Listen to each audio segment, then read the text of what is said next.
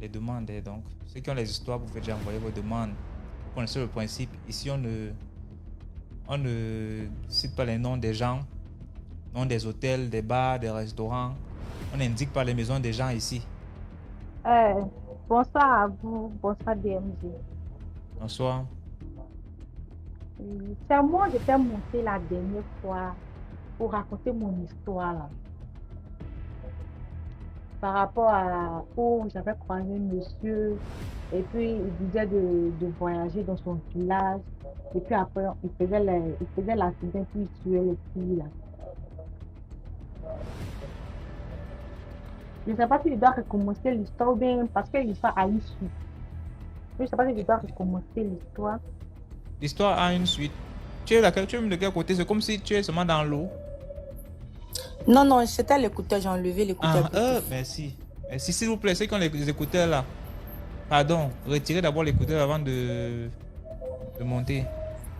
Oui, j'ai enlevé l'écouteur. Non, je Voilà. disais l'histoire que j'avais racontée la dernière fois. Non, je dois recommencer, mais je dois continuer parce qu'il y a une suite. Bon, tu fais donc un bref résumé de ce que tu as dit à la première partie et puis tu continues. Ok, il n'y a pas de problème. Donc, la première partie, c'était moi et mes copines, on travaille dans un maquis en 2015 et il y avait un monsieur qui venait boire. Il avait dragué ma camarade et il lui avait acheté un téléphone de Mac. Ensuite, c'était l'Infinix qui était sorti. Et il a donné l'argent à ma camarade. Ils allaient voyager dans un village et puis ils ont fait un accident que la fille est décédée. Voilà. Donc, à mon tour aussi, c'était pareil. Mais moi, heureusement pour moi que je ne suis pas partie au rendez-vous pour le voyage. Maintenant, avant-hier, là, je croisais ma camarade. Il y a l'une de mes camarades dont, je sais pas comment je vais dire ça, en 2015 là-bas, là, on était dans le même groupe. Maintenant, elle est mariée, voilà. Donc, je l'ai croisée avant-hier, la semaine passée. Et puis, elle m'a dit que, tu te rappelles du monsieur qu'il t'avait invité et puis il avait invité notre ami qui était mort dans l'accident là. Et puis il avait tué une autre amie encore qui était morte dans l'accident là. Tu te rappelles de lui, non? Puis j'ai demandé quel monsieur. Donc elle m'a dit le nom du monsieur. J'ai dit oui, je me rappelle de lui. On dit que le monsieur, tu vois ma camarade là, sa cousine, il allait draguer la cousine de ma camarade qui m'a expliqué l'histoire la semaine passée là. Il allait draguer la cousine de ma camarade là. Il a dragué la cousine, ils sont allés dans un maquis, dans un bar. Maintenant dans le bar, la cousine a invité une de ses copines pour dire ma copine, il y a mon pointeur là, allons, il m'a invité dans un bar là, allons là-bas. Donc ils sont partis dans le bar. Donc elle-même elle a vu le gars, c'était un bon monsieur là. Les gens ont commandé à manger, ils ont bu, tout ça. Donc, ils ont fini de boire. La semaine qui a suivi, là, le monsieur lui a dit que viens, on va aller passer le week-end dans mon village. Comme il fait à toutes les filles là. Viens, tu vas aller passer le week-end dans mon village. Donc, avant de partir, là, il lui a remis l'argent de payer les petits trucs, les habits, tout ça, pour le voyage, tout ça. Donc la fille a dit à sa copine que viens, tu vas m'accompagner à Djamé. À Djamé, comme ça, c'est en Côte d'Ivoire. À Djamé, on va le faire achat. Ben, mon gars, il m'a donné beaucoup d'argent. Il a payé à Abi. On va le faire le week-end dans son village là-bas. Donc c'est comme ça que la cousine, là, elle a dit à sa cousine que hier soir, il m'en va à Djamé. Si maman demande pour mon frère, je m'en vais à Djamé pour aller faire achat. Maintenant, la fille a dit, aïe. Tu t'es dans ma jamie, la femme me dit, moi, il est ta copine, tu as payé les trucs pour moi. Elle dit, non, il faut te calmer. Il est mauvais rapidement, il vient. Que s'il vient là, il a payé quelque chose pour toi. Donc, elle est partie à Jamie, ils ont fait les achats, tout. Ils sont revenus. Elle a payé les trucs pour sa cousine. La cousine qui est ma camarade. Donc, elle a payé les trucs pour sa cousine. Donc, ils étaient discuter. Ton gars, l'argent, que tu l'as croisé où? Elle dit, mon cher, il est croisé quelque part là-bas, il m'a donné l'argent. Ça lui fait achat. Il est dans le week-end là. Vendredi, on va aller dans son village, il y a fête là-bas. Elle dit, ok, dans nos causeries, elle a montré la photo du monsieur à sa cousine qui est ma camarade. Elle dit que le monsieur, lui, là, moi, je le connais, que autant, au moins, il travaille dans tel coin, là. Le monsieur, là, il il est sorti avec 2 de mes camarades, puis les filles elles sont mortes dans l'accident. Que lui, là, moi, je le connais, que le monsieur, il n'est pas bon. Elle dit non, que peut-être que tu t'es trompé, que c'est pas le même monsieur, que peut-être qu'il a changé tout ça. Donc, elle dit, ok. Donc, la fille est partie. Quand la fille est partie, on voyage avec le monsieur le vendredi, samedi, dimanche, lundi, elle n'est pas revenue. Donc, c'est sa camarade là qui s'en va dire à sa cousine qui a que ta soeur là, elle est morte hier dans un accident de voiture sur la route de tel village là-bas. Qu'ils sont ramenés son corps à Abidjan. C'est moi, ils ont appelé d'informer sa famille. Donc, la fille dit, aïe, avec le monsieur, le même monsieur là, que non. Le monsieur, lui là, moi, j'ai dit que le monsieur, lui, il tue les filles là, qu'il n'est pas sérieux, que non, en fait, ça ne peut pas laisser. Chez eux à la maison là-bas, ils ont commencé à parler. Non, que le monsieur n'est pas bon. Ils ont ramené le corps de la fille ici. Le monsieur, genre lui-même, il est blessé, il est hospitalisé, tout il est blessé là-bas. La cousine qui est ma camarade, elle dit, elle a fait ça, elle laisse pas. Parce que autant là, il avait tué 2 de nos camarades. Moi-même, il m'a raté aussi. Que ça là, elle ne va pas laisser à faire ça là. Donc, ils sont allés porter plainte à la police que le monsieur, c'est un ritualiste. Il tue les filles, rentré, c'est sorti là-bas. Donc, le monsieur, quand ils ont donné une convocation à son oncle, parce qu'il avait un oncle qui était dans mon quartier. Jusqu'à présent, l'oncle même est toujours là. Déjà, c'est pas son oncle, c'est un de ses complices aussi. C'est leur travail. Ils prennent les filles et puis ils se vont voyer les filles. Et puis les filles la meurent sur la route. Mais ils font les conneries là-bas. Donc, mais le monsieur s'est réveillé. On a donné la convocation. Déjà, la fille même qu'il avait tuée là, son grand frère, il est gradé à la police là-bas. Donc, ils l'ont attrapé. Ils l'ont pigné, bastonné. Jusqu'à le monsieur a avoué que oui, c'est ce qu'il fait, que c'est un ritualiste, qu'il utilise les filles là pour gagner de l'argent, tout ça là. C'était chaud. Quand elle m'a raconté ça, mais moi j'étais dépassée même. Que c'est un ritualiste qu'il tue les filles là, que c'est ce qu'il a fait, il demande pardon. Il dit le grand frère de la fille qui est décédé là, c'est un gradé à la police là. Jusqu'à où je vous parle actuellement, le monsieur là, il a la MACA. À la MACA, c'est la prison générale des Côte d'Ivoire ici. Il a la maca, actuellement, le monsieur, il a la maca. Ça vous dire que non, que tout ce qu'il a fait là, en tout cas, Dieu a fait non par là. Parce que l'histoire même m'a traumatisé, non. Ça m'a tellement choqué. Jusqu'en ce jour-là, que quelqu'un me drague comme ça, non. Pour partir sur son rendez-vous, il y a peur.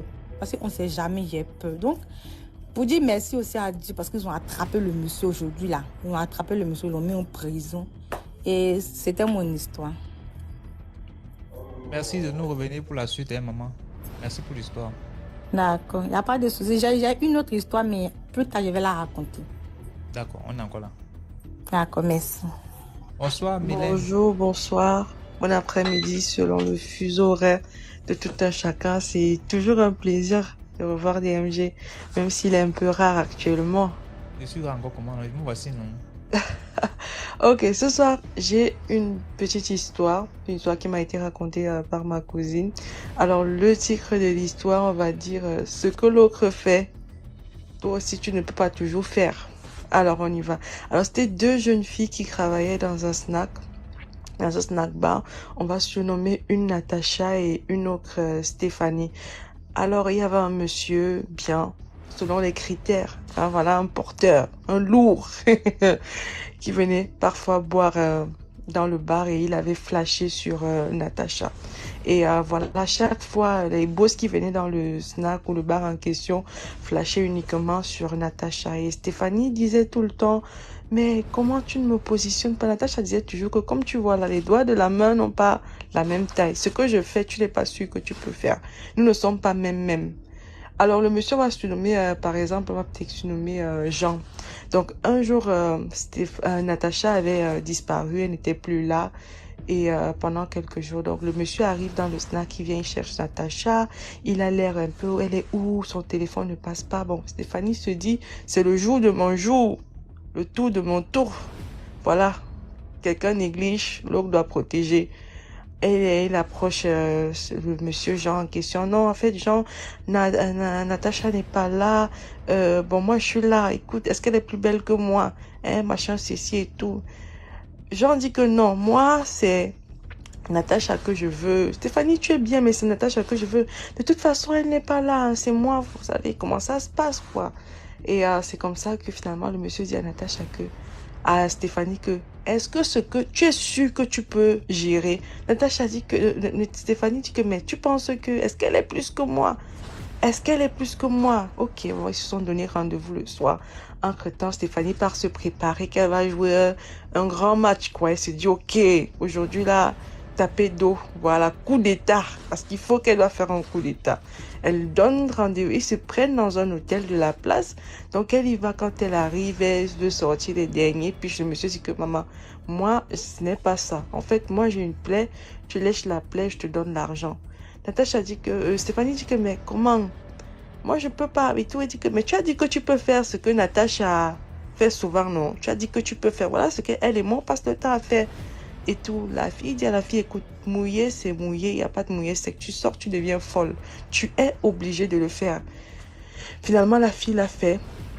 Et elle a pris l'argent. Mais après, quelques temps après, elle se sentait mal. C'est comme ça que Natacha revient de son voyage d'où elle était parce que c'était une fille de l'Est. Donc, elle revient. Elle couvre Stéphanie malade et tout, et tout, et tout. Elle pose la question, qu'est-ce qu'il y a et tout. Bon, j'ai pas vraiment beaucoup de détails. Moi, j'aime pas être long. Qu'est-ce qu'il y a? Stéphanie dit que, bon, voilà, le monsieur, tu vois, le monsieur Jean et tout. Je suis sortie avec lui. Natacha dit que comment? Je t'avais toujours dit. Quand tu me vois là, moi, je suis blindée. Je suis pas quelqu'un qu'on peut vendre facilement ou quoi que ce soit. Ces gens-là, c'est un monde compliqué. Pourquoi est-ce que tu as fait ça? Non, tu sais, je voulais être comme toi, je voulais machin, ceci. Quelque temps après, malheureusement, Stéphanie est décédée. C'est pour vous dire, écoutez, l'autre fait, vous savez pas comment est-ce que telle personne a été travaillée, comment est-ce que telle personne, vous ne connaissez pas les couloirs, vous ne connaissez pas les codes. Donc, en fait, c'est un peu comme, je vous dis, j'ai dit tout ça tout le temps, la vie, c'est comme l'armée, c'est pas gratte, c'est pas gratte. Tu ne peux pas, tu ne connais pas les galons que l'autre a. Donc vraiment, chers jeunes, faisons attention. Et DMG, c'est un plaisir de te revoir. Ça faisait longtemps. Et voilà, je suis dans les commentaires. Et comme on dit, c'est la fin d'année. Faites attention, faites attention. Restons en prière. Beaucoup de choses se passent.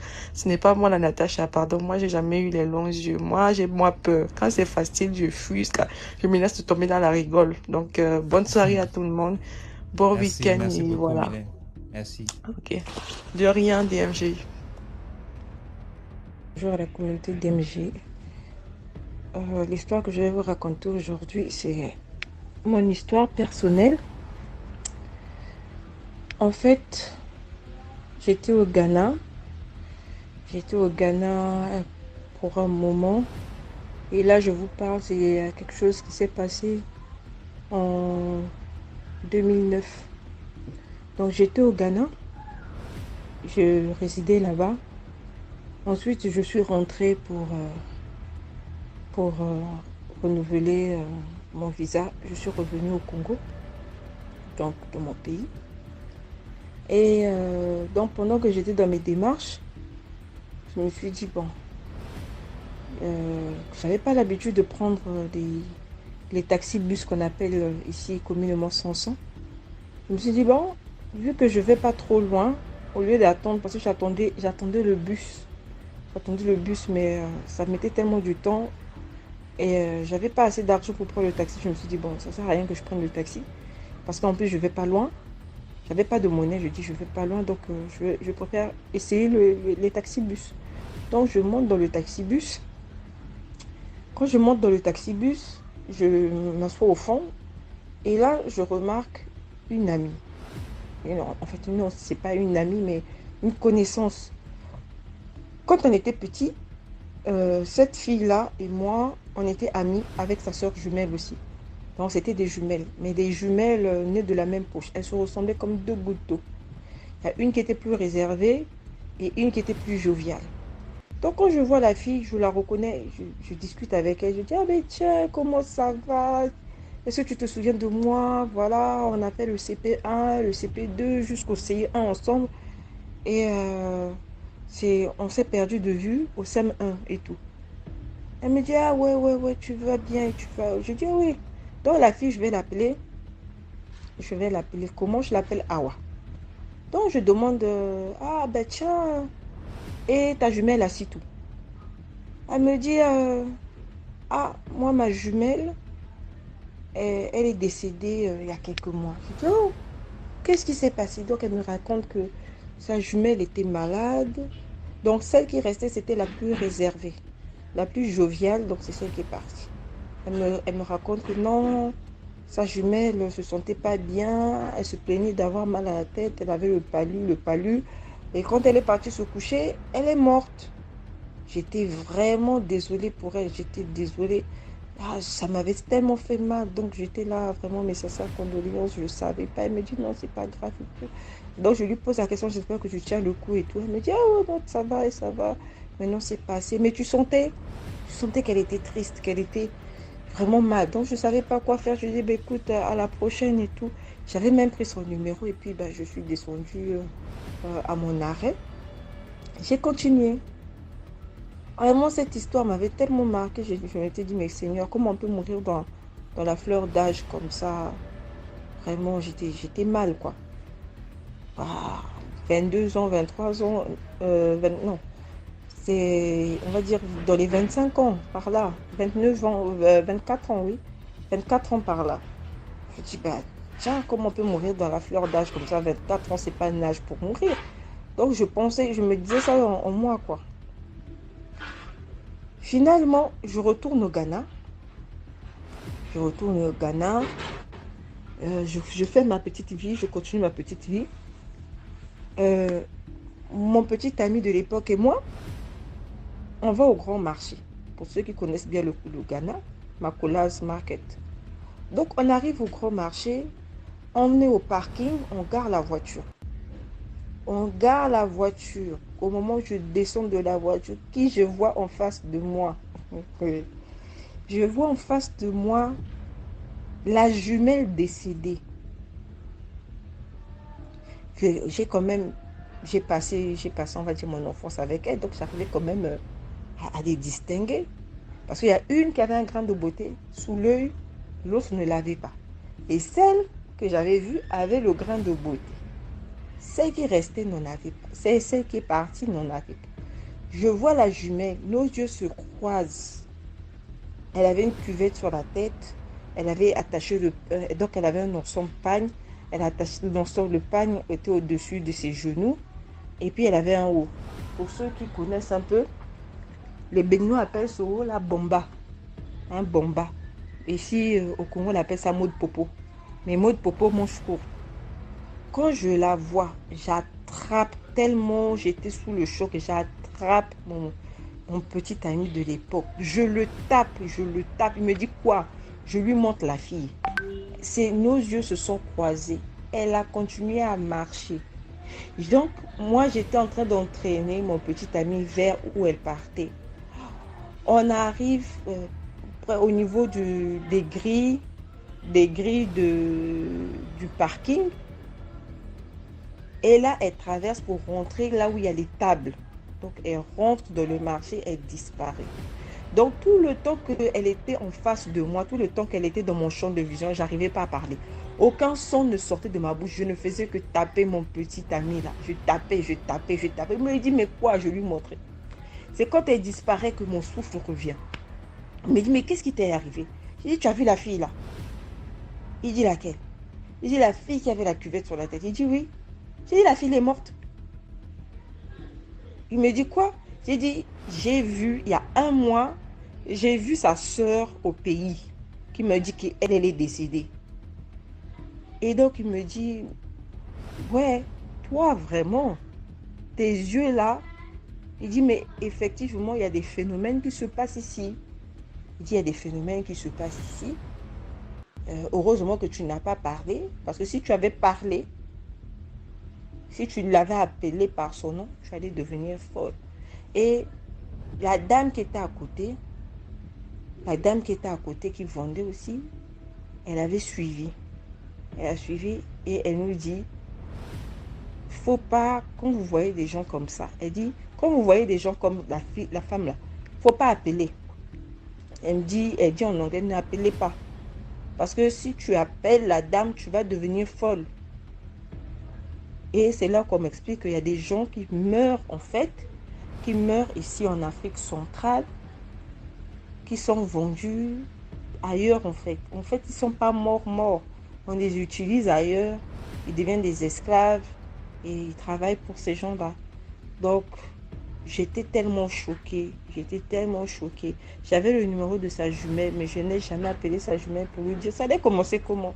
Pour dire que non, voilà, j'ai vu ta jumelle ici en train de transporter les choses dans le marché. Mais je ne l'ai plus jamais revue. Mais j'avais eu tellement peur. Tout le temps qu'elle était dans mon champ de vision, je ne pouvais pas parler. C'est comme si j'avais perdu l'usage de la parole. Mais vraiment, il faut faire attention. Ce qu'on dit, c'est vrai que des fois, il y a des gens qui sont utilisés. On vous fait croire que votre personne est morte, mais dans la tombe, il n'y a personne. Donc eux ici, ils savent que la fille est morte, mais elle travaille au Ghana, vous voyez un peu. C'était vraiment triste. Mais quand elle m'a vue, elle savait que je l'avais vue et que je l'avais reconnue. Et elle est passée direct. Elle n'a même pas essayé de se retourner. Au contraire, elle marchait vite. Comme pour éviter que je puisse la rejoindre, quoi. Voilà. Donc, c'était ça ma petite histoire d'aujourd'hui.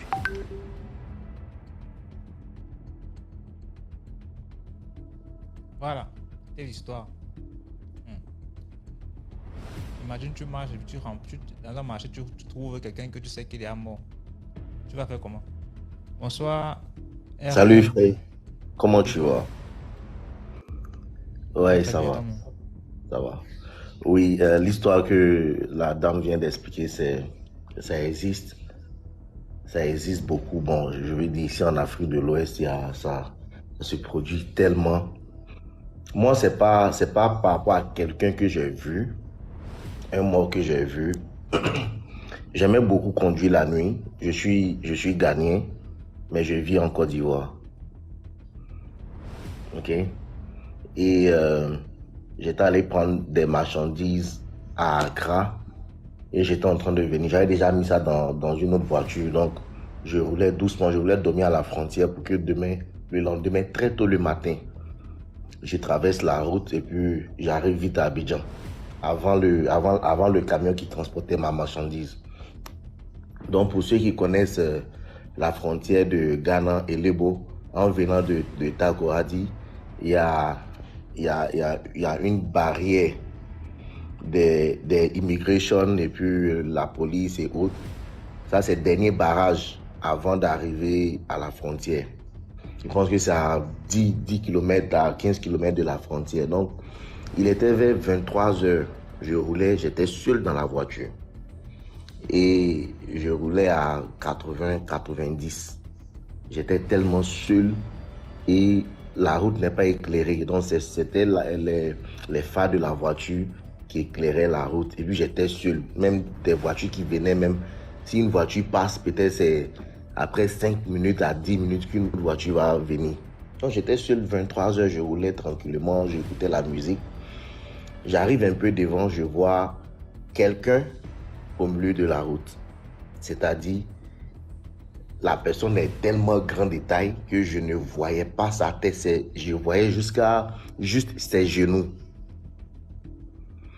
La personne marchait sur les bandes blanches au milieu. Les bandes blanches qui séparent les deux routes au milieu. Et il marchait un pas après l'autre. Il avait attaché un morceau de pain qui venait jusqu'à son genou. Je suis allé juste derrière cette personne, mais je ne voyais pas sa tête. Il était tellement grand de taille. Je peux dire qu'il dépasse peut-être 3 à 4 mètres. Je ne voyais même pas ça. Même sa hanche, je ne voyais pas.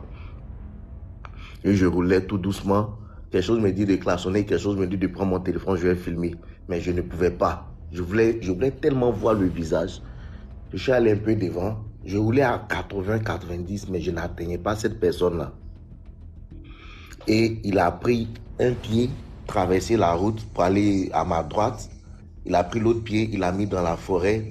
Troisième pied, et puis paf, il est parti, il a disparu. Je ne l'ai plus vu. jusqu'à ce que j'arrive à la frontière. Donc, quand je suis arrivé à la frontière, j'ai rencontré un de mes amis d'enfance. Je lui ai expliqué ce que j'ai vu. Il dit, ah, si tu klaxonnais, il allait peut-être te chuter avec le pied ou bien te balayer quelque part là-bas. Souvent, on voit des accidents sur la route. Le lendemain, la voiture n'a pas cogné une autre voiture, bien n'a pas cogné quelqu'un, mais tu vois la voiture s'est retrouvée dans la brousse ou bien un truc comme ça. Que ce sont ces genres de trucs-là qui font qu'il y a tellement de génie ici que quand tu roules pendant la nuit, il faut être très, très, très, très vigilant. Donc, ça, c'est ma petite histoire que j'ai rencontrée. Merci beaucoup pour l'histoire, RRB. Bonsoir, Charmant. Bonsoir encore DMG. Oui. Je voulais raconter l'histoire de ma tante. C'était... Je peux commencer, non? Oui. Ok. C'était en... Bon, je ne sais même pas c'était en quelle année, entre 2009, 2008, comme ça. En fait, c'est pas ma vraie tante. C'était pas ma vraie tante, c'était ma mère qui m'avait déposé chez une femme pour partir à l'école. Voilà, souvent on cherche les tutrices pour te déposer là-bas pendant la rentrée scolaire comme ça. Maintenant, nous, on est passé. Moi, j'étais avec une fille. On est parti habiter chez la femme là. Au début là, elle était avec son mari dans la maison. Et puis nous, on est venus. Après, elle a envoyé sa petite sœur. Sa petite sœur avec nous était là. Jusqu'après, on a appris que le monsieur devait se marier dans son travail là-bas. Il devait se marier avec sa femme. Avec sa femme pour qu'on puisse lui donner, parce que c'était un haut et forêt. Donc, il devait se marier avec sa femme pour qu'on puisse lui donner une forêt. Et puis c'est pas pour le grader un peu dans son boulot. Ah, pourtant, le monsieur, il sortait avec la petite sœur de la femme. Il sortait avec la petite sœur de la femme en cachette. Nous, on ne savait même pas où. Maintenant, on dit qu'il n'a qu'à épouser une femme. Il allait épouser la petite sœur de sa femme. Nous-mêmes, ça nous a surpris. Quand il épousait la petite sœur de la femme, sa femme, elle est tombée malade. Sa femme, la grande sœur, est tombée gravement malade. Nous-mêmes, là, souvent, on partait le suyer, souvent, on partait payer les trucs à la boutique pour elle, quand la femme est décédée. Donc, avant que la femme, elle allait décéder, là, elle a fait asseoir son mari et puis sa petite sœur pour leur dire, si aujourd'hui je suis morte là, c'est à cause de vous. Parce que tu m'as laissé et puis tu allais épouser ma petite sœur. Mais là, et puis, elle a dit à sa petite sœur que c'est à cause de l'argent que tu as épousé mon mari. Mais tes enfants là, ils vont jamais hériter de ce bien là. Si moi je suis mort ton père là, c'est ça, ils vont hériter de ce bien là. Mais si moi je ne suis pas mort ton père là, ils vont jamais hériter de ce bien. Pourquoi tu t'es marié avec mon mari? Et puis la femme est décédée. Donc quand la femme est décédée, en tout cas on a pleuré, puis c'est passé 1 an après, 2 ans après, 3 ans après. La femme, la petite sœur, elle a fait une grande fille, sa première fille, elle a accouché sa première fille. Après encore, elle a fait sa deuxième fille. Après encore, elle a fait un garçon. Elle a fait 3 enfants. Après encore, elle a fait une fille. Voilà, elle a fait une fille. Sa dernière fille était genre comme nous, notre promotion comme ça. Voilà. Maintenant, elle était la première fille, elle est tombée malade. Elle est partie à l'école, elle est devenue infirmière à l'hôpital comme ça, elle est tombée malade. On a fait des examens, on dit qu'elle n'a rien, elle n'a pas de maladie. Elle a maigri, elle maigrissait. Jusqu'à on l'a hospitalisée. Arrivée là-bas, là, elle est sur le lit d'hôpital et puis elle crie. Le feu, je brûle, mon corps brûle, emmenez-moi à la maison. Ils l'envoient à la maison. 3 jours après, la grande fille est décédée. Ils ont pleuré. Quelque temps passé encore, sa deuxième fille, elle a fini l'école, elle devait sortir sage-femme, infirmière, docteur, sage-femme. Elle-même, elle avait accouché aussi.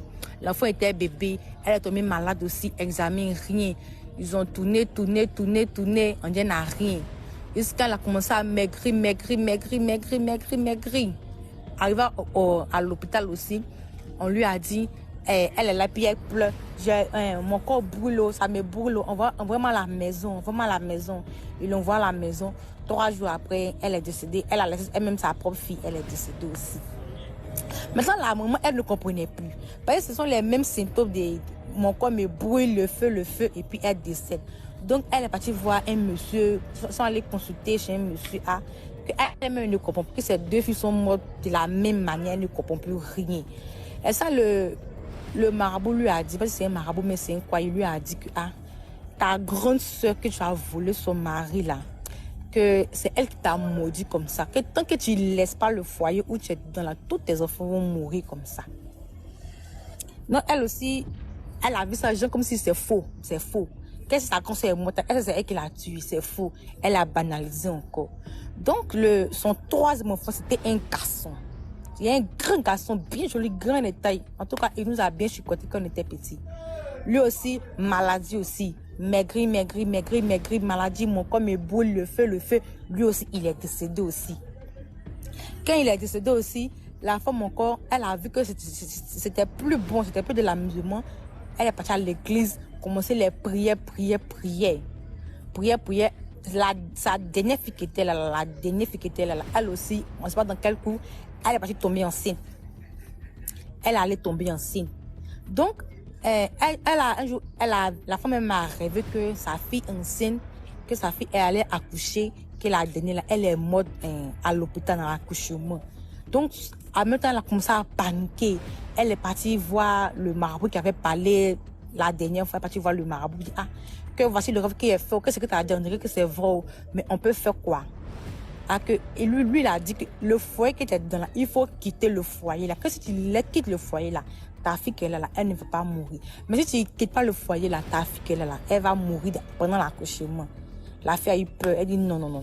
Que le foyer où elle et puis le monsieur, ils ont construit, ils ont eu des biens, qu'elle ne peut pas quitter le foyer là, elle peut pas, elle va tout faire, tout ce qu'on peut faire, elle va tout faire, mais elle ne peut pas quitter ce foyer là. Donc, on dit qu'il faut laisser le foyer. Au lieu de laisser le foyer de la femme, elle est partie pour elle-même sa nièce. Ça veut dire que la fille de sa soeur du village pour venir donner un mariage au monsieur. Elle a pensé que quand elle allait donner sa nièce au monsieur, ça allait annuler la malédiction là. Elle a donné la nièce. Elle avait 15 ans, 16 ans au monsieur là. Donc ils ont fait la corps, ils ont fait d'autres, la petite fille, un vieux monsieur qui a la soixantaine comme ça. Donc le monsieur a enceinté la petite fille là, la nièce. Elle était enceinte jusqu'à 9 mois. 9 mois, la fille est allée accoucher et la nièce de la dame est décédée pendant l'accouchement à l'hôpital. Donc elle aussi, elle ne comprend plus rien. Elle ne comprend plus rien. Elle est repartie chez le monsieur encore. Le marabout lui a dit, le monsieur qu'elle a là, il faut laisser le monsieur. Que ce que tu allais donner au monsieur là, c'est la vie de ta fille qui devait mourir là. C'est ça que tu as échangé avec ta nièce là. Laisse le monsieur, il faut quitter le foyer, tu vas laisser le monsieur en paix. Et il dit la femme là, elle a tourné. Et dit sa dernière fille là, on lui a fait les trucs, ils l'ont déchiré, ils ont mis les médicaments sur elle pour la protéger, mais ça n'a rien changé. La dernière fille encore là, elle est tombée gravement malade, elle a commencé à maigrir. Jusqu'à elle devient un nouveau que non. Elle peut plus s'asseoir, elle peut plus s'élever, elle est devenue, quand tu la vois, mais toi tu as peur de la regarder comme ça, la dernière fille là. Il dit, elle ne savait même plus comment on fait même. Un jour, on est là, la tante là, elle a ramassé tous ses bagages. Et puis, avant qu'elle va ramasser ses bagages, moi-même, ma maman est venue me chercher. Tout le monde a quitté la maison parce qu'on disait quoi? Si tout le monde a été mourir comme ça, il ne faut pas nous aussi, on va mourir. Non, moi, j'ai appelé ma maman, maman veut me chercher. Parce que ce qui s'est passé, c'est trop grave. Ma maman est venue me chercher. Donc là, la femme, là, après ça, là, elle a ramassé tous ses bagages. Et puis, elle a quitté la maison du monsieur. Elle est sa fille malade. Et tu vois la fille là. C'est parce qu'il ne peut pas dire son nom. Peut-être qu'elle te suit aussi. Elle a maigri. Et même quand tu la vois, même toi-même, tu as peur de la regarder. Tellement elle est devenue maigre comme ça. Elle a ramassé sa fille maigre là. Elle met ses bagages Elle a ramassé ses 2 petits-enfants. L'enfant de sa fille qui est décédée, puis elle-même la dernière qui a accouché. Là, elle a ramassé tout le monde. Elle a quitté la maison du monsieur. Et elle dit DMG. C'est pour dire que dans la vie, là, faut pas chercher le mari de quelqu'un. Faut pas chercher le mari de quelqu'un. Voici ma tante aujourd'hui, là, on sait même plus où elle est passée. Avant de maman m'a dit que non, que la fille, là, elle s'est mariée. La fille qui voulait mourir, la dernière, elle est mariée maintenant. Avec quelque part là-bas, elle a bien repris. Moi-même, depuis ce jour-là, il n'est plus jamais revu jusqu'à aujourd'hui même. Le mois passé, on est parti dans la ville là où ça s'est passé. On est parti là-bas, il a fait exprès de passer dans la cour là. La cour, ils ont changé la cour, ils ont clôturé la cour. D'abord, la cour était ouverte comme les personnes avaient avant là. Ils ont tout changé, ils ont mis le portail, ils ont tout changé, tout dans la cour là-bas. Bon. C'était mon histoire pour dire non que faut pas, on va chercher le mari des autres. Ah. Bon, merci DMG. Merci. Merci Charmant pour l'histoire. Merci aussi. J'en pense souvent que tu vas faire du mal à quelqu'un et puis tu vas te cacher à l'église, tu es protégé du Saint-Esprit, patati, patata. Un peu comme les scams à qui les gars ont volé une indienne, c'était 3 millions combien. Elle a prévenu le gars, rembourser mon argent. Les gars pensaient que c'est la blague. C'était 3 gars. Ah, le premier est mort. Le deuxième meurt. Le troisième fille passe caché au village avec sa famille. Il raconte toute l'histoire. Comment, le pasteur, comment ils ont volé 3 500 000 à une indienne. Et maintenant, ces 2 hommes sont morts bizarrement. Le pasteur a prié pour lui. On demande, mais l'argent est où? Il a mangé déjà la moitié. Ils ont déjà mangé la moitié, il ne reste plus qu'un truc comme 1 700 000.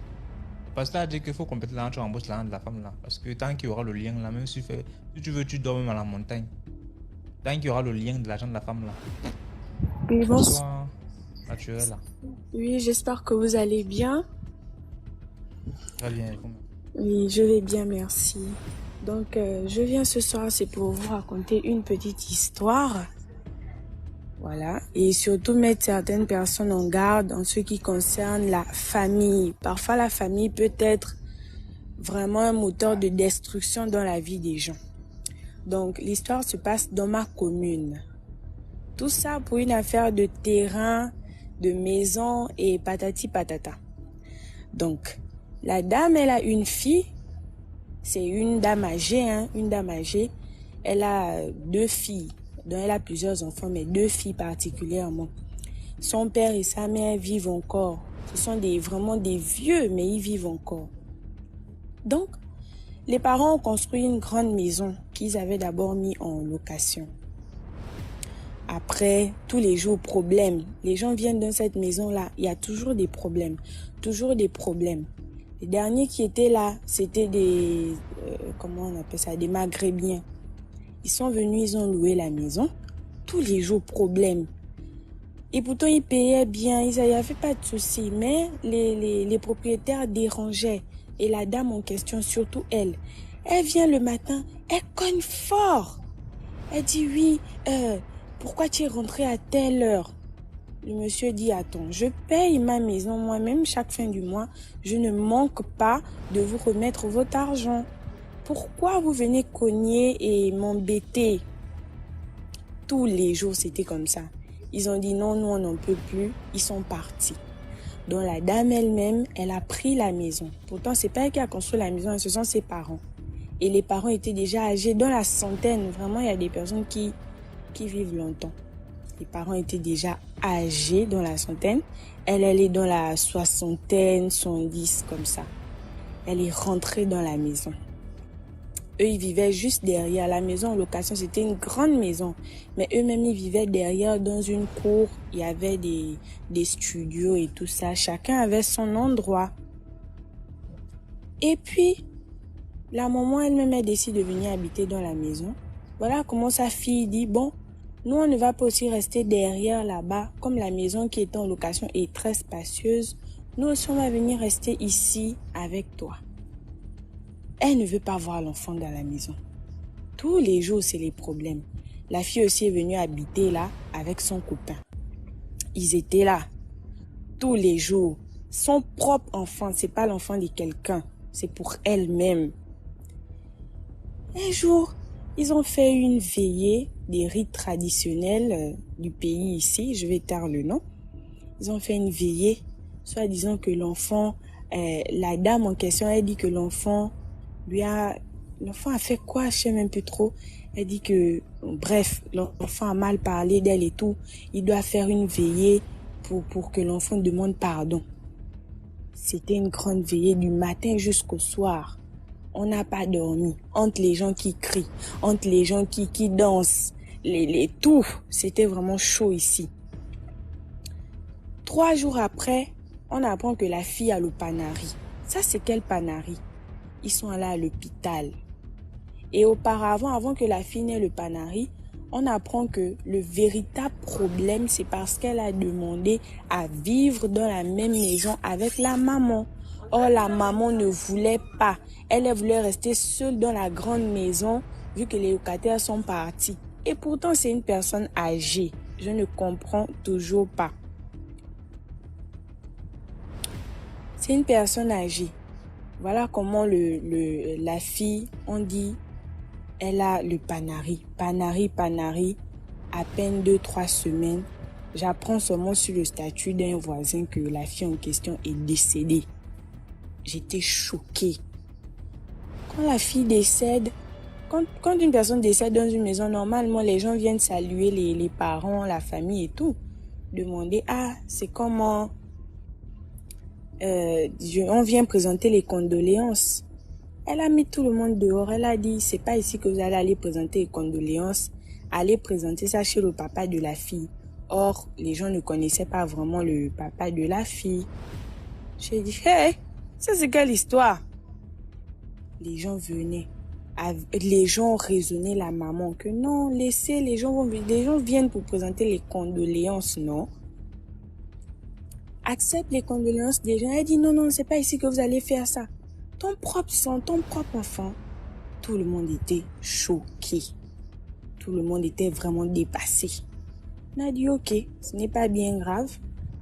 Avec les grands-parents qui ont parlé, elle a fini par accepter. Après, on entend son mère crier, pleurer, oh mon enfant. J'ai dit attends, c'est pas la même personne qui a dit qu'elle ne veut pas voir les gens chez elle, qu'elle pleure maintenant, ou bien elle ne se rendait pas compte, c'est maintenant qu'elle se rend compte de ça.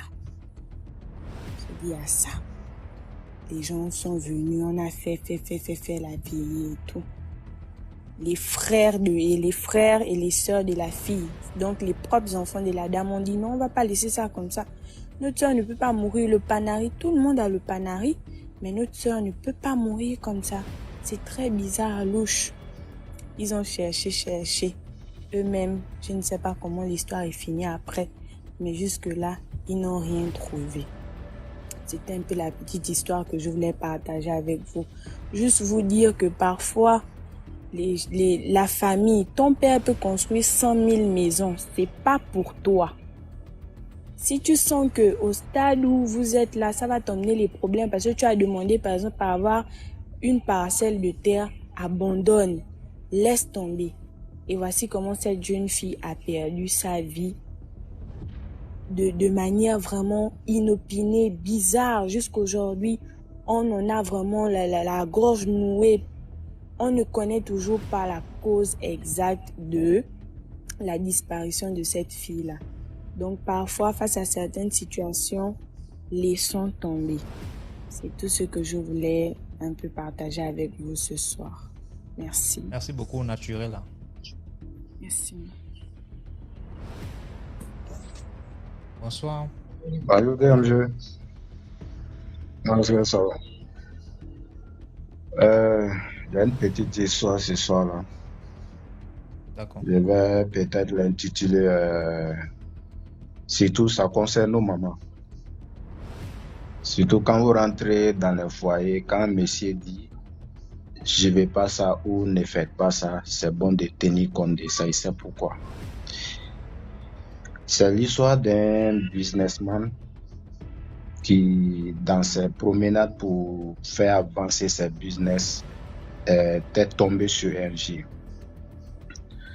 Donc le vieux là lui avait dit que En tout cas, ces business ça va être florissant.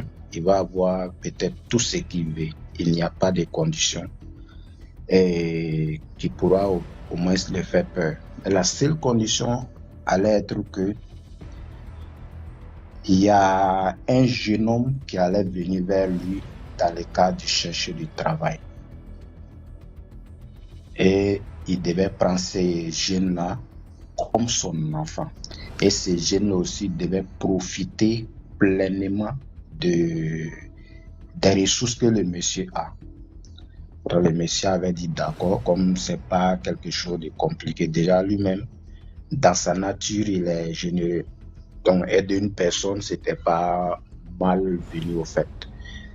Donc schéma faisant, il y a un jeune qui est venu vers lui et de toute façon on lui avait dit c'était le cas. Il a pris le jeune, comme le jeune n'avait pas de diplôme ni rien, parce que le jeune en question avait dit que lui, il avait une dette envers ce jeune homme. Mais comme il ne mène pas une bonne vie, c'est quelqu'un, même si tu lui donnes combien, il ne peut pas faire grand chose avec. Donc si ça vient de lui son côté, il ne va pas pouvoir bien profiter. Donc il avait pris le jeune comme son chauffeur personnel. Ils allaient partout ensemble. Il a fait beaucoup de sociétés. Le jeune l'accompagnait de partout où il allait et il profitait pleinement. Il y avait le véhicule même que les gars aimaient parmi toutes ces voitures. Quand il venait le soir déposer les gars, le jeune là pouvait aller où il voulait avec la voiture. C'était comme pour lui en fait. Et c'était comme ça. Lui donnait de l'argent, il a même construit pour mettre en location et lui donner une maison là-bas. Mais tout ce qu'il faut, en Côte d'Ivoire ici, surtout à Angri, quartier que beaucoup de personnes savent que il n'y a que les grands qui vivent là-bas, en fait. Donc, il avait tout.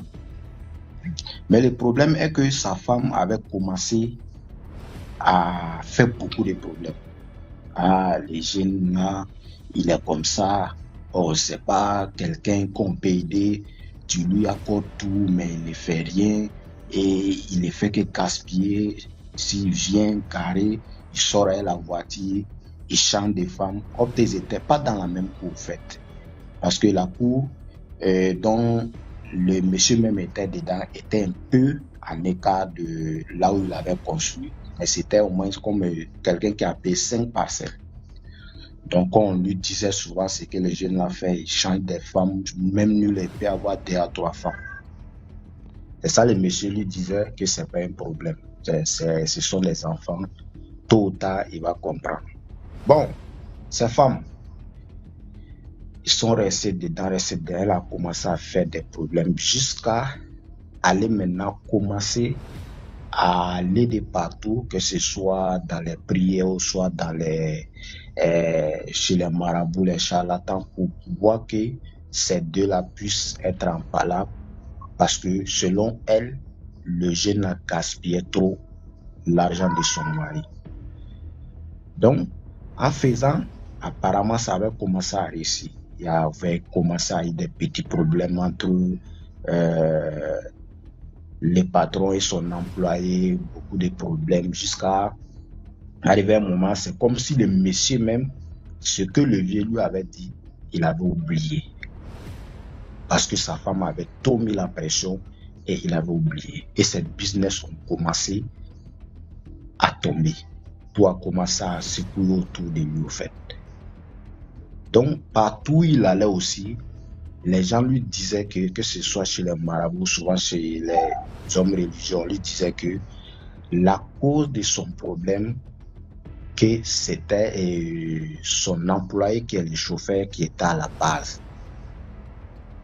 D'autres disaient qu'il était sorcier, d'autres disaient que peut-être c'est lui, il faisait tout ça là, ou c'est lui qui a apporté la poisse au monsieur.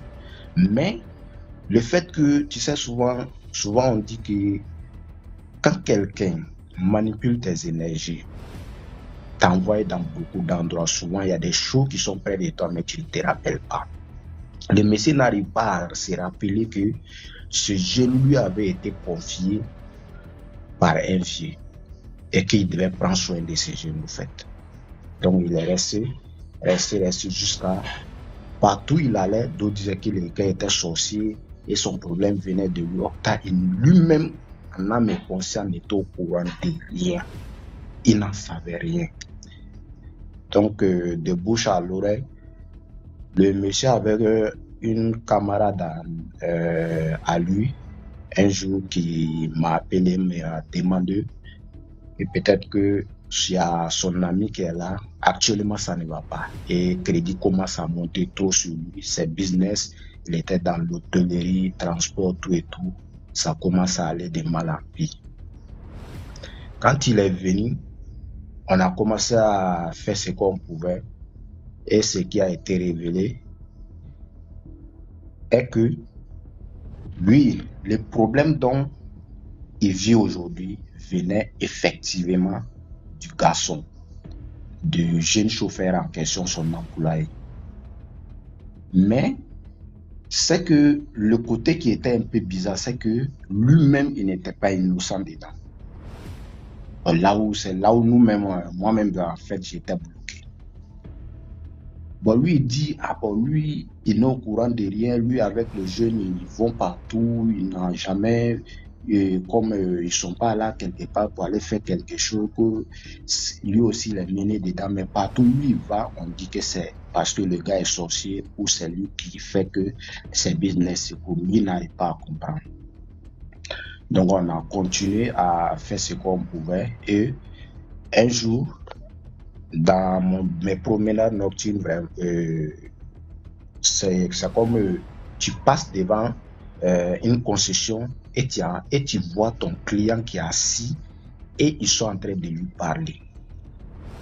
Donc, quand je passais, j'entends, il y a un enfant qui lui parlait, mais tonton, tu as oublié papa qui t'a dit que un tel, que tu devais prendre soin de lui, que mais tu allais avoir tout au monde, que la seule condition que lui, il te demandait est que ce jeune homme-là, que tu prends soin de lui, que parce que lui, il a une dette envers ce jeune homme, donc il cherche à rembourser ça. Donc c'est le lendemain, moi je l'ai appelé, il m'a dit effectivement. C'est là où il se rappelle. Il m'a dit effectivement que c'était le cas. Mais dans ces dernières années-là, sa femme avait commencé, parce que le jeune n'est pas stable. Il gaspille l'argent. Lui, il a tous ses potes là.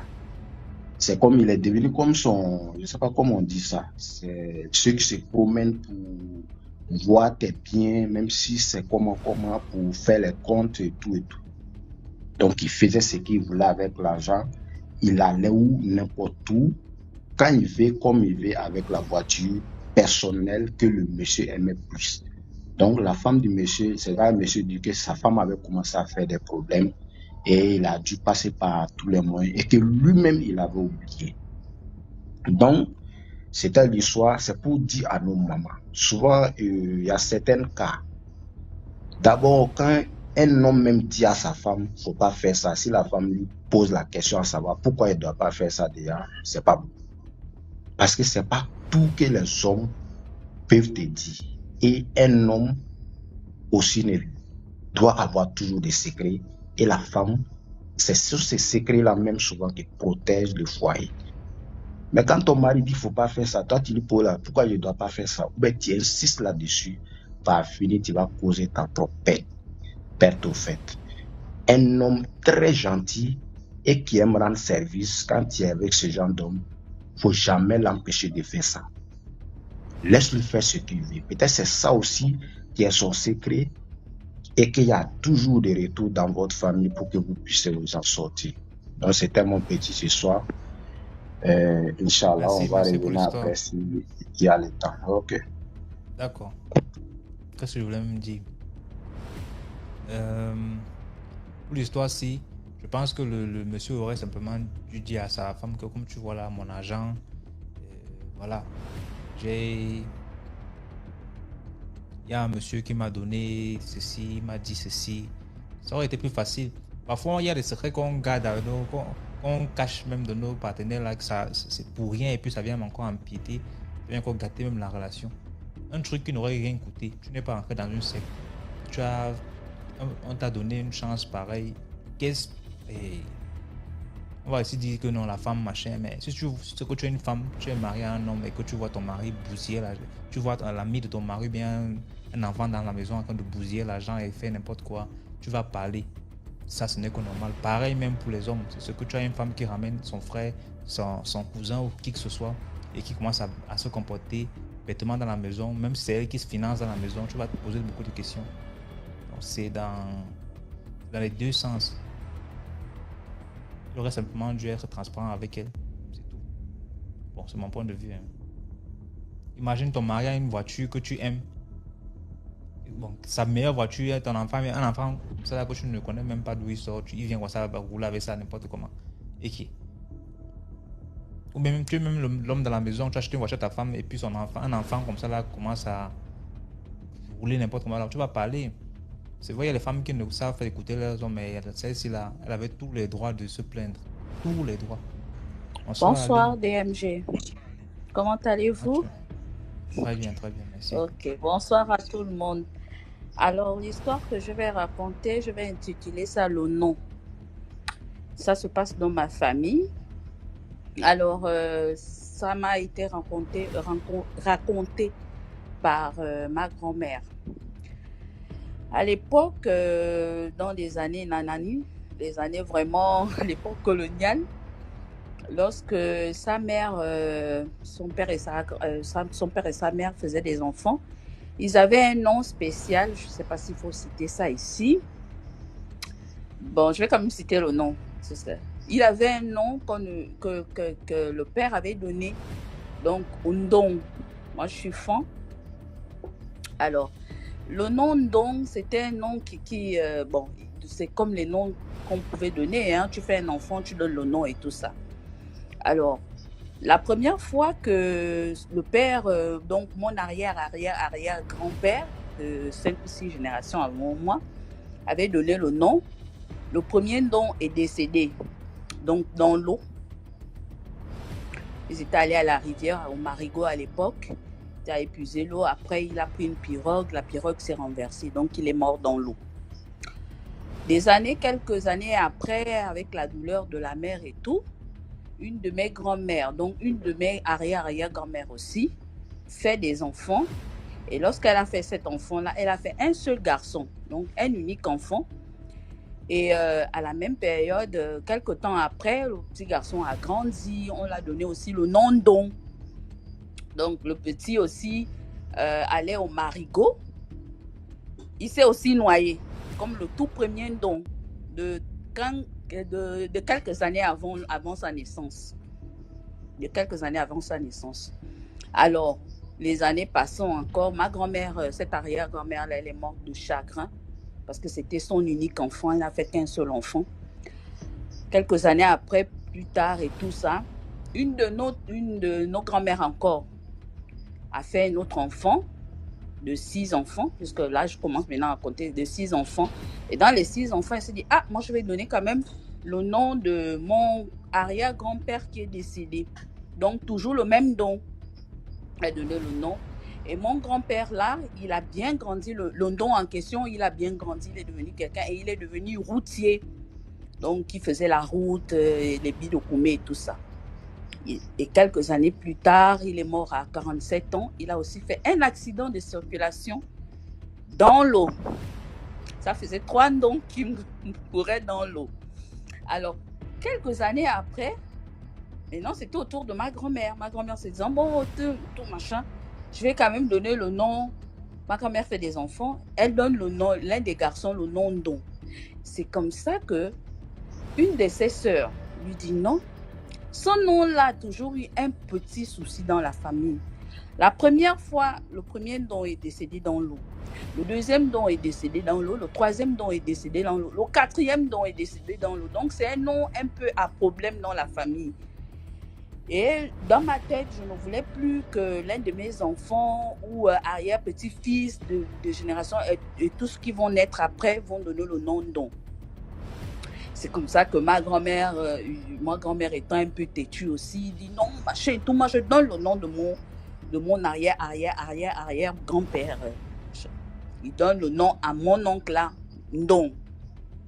Quelques années plus tard, mon oncle, dans les années 60, 70, mon oncle vient au lycée Léon Bas de Libreville, qui est étudiant. C'était le tout premier étudiant même de la famille.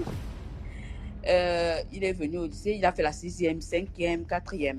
Et comme s'il y a des Gabonais qui sont là, ils savent que juste en face du lycée Léon Bas, il y a la plage là, une plage là, un fond de mer là. Donc c'est comme ça qu'en sortant des cours, il se dit bon, nous on va aller se laver et tout ça, nous on va se laver et tout. Mon grand-père là traverse la route avec des années 60 avec les pas d'Ève et tout ça, il traverse la route, il se lave et tout ça.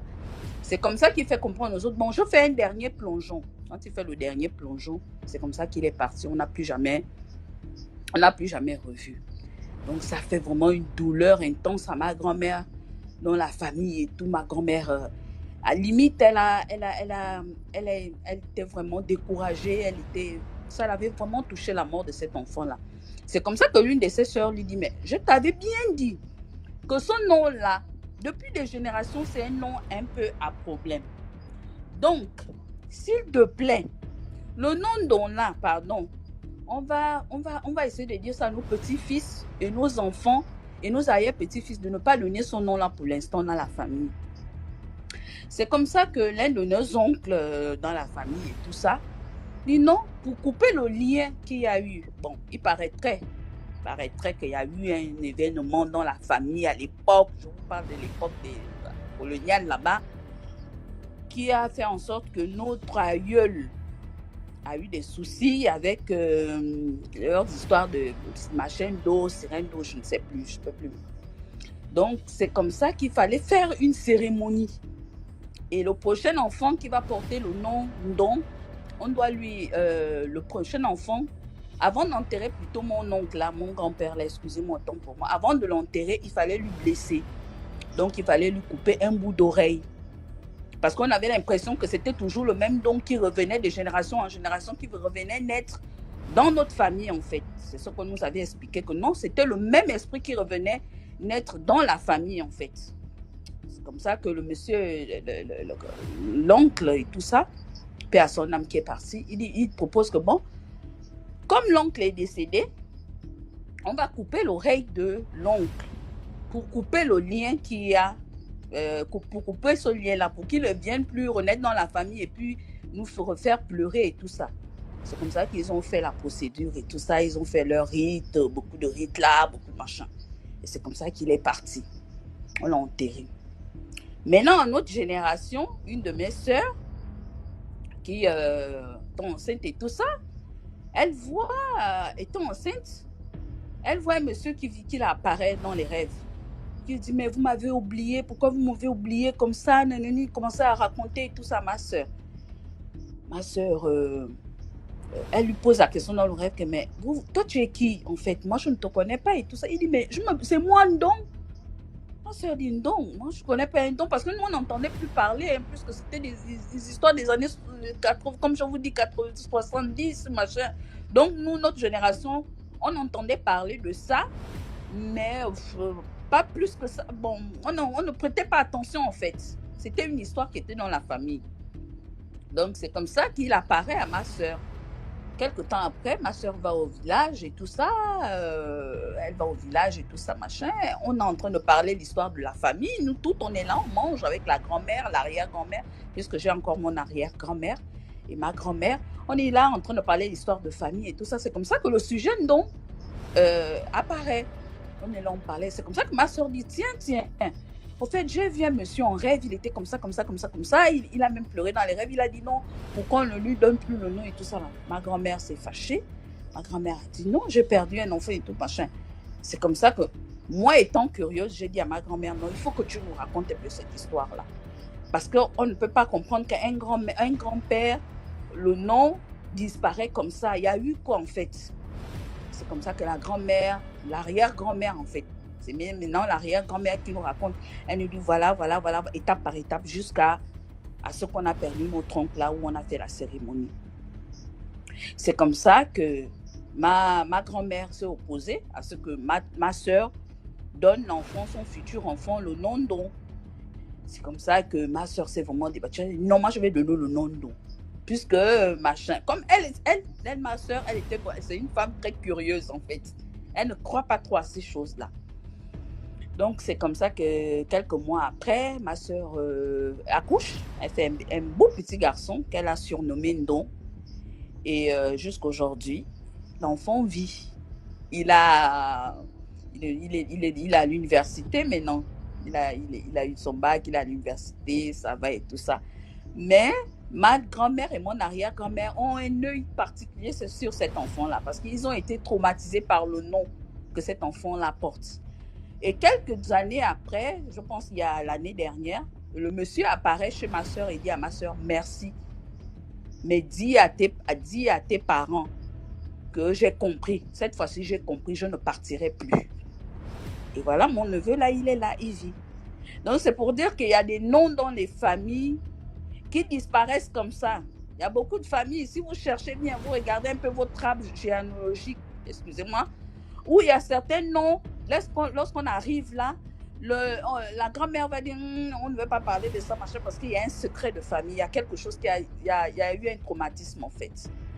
Donc moi je voulais partager cette petite histoire là, que faisons très attention aux noms que nous donnons à nos enfants. Faisons vraiment attention sur ce que l'Éternel Dieu des armées nous garde et garde notre progéniture. Bonne soirée.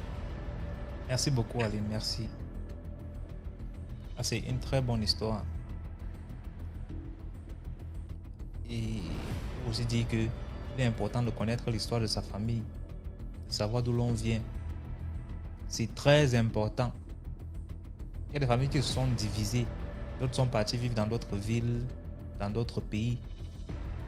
Et si ça continue, et tellement la famille grandit que on ne sait même plus qui est le petit-fils de qui est le descendant de qui. Et les enfants viennent se retrouver dans une autre ville, dans un autre pays, et se mettent ensemble et commencent à faire des enfants.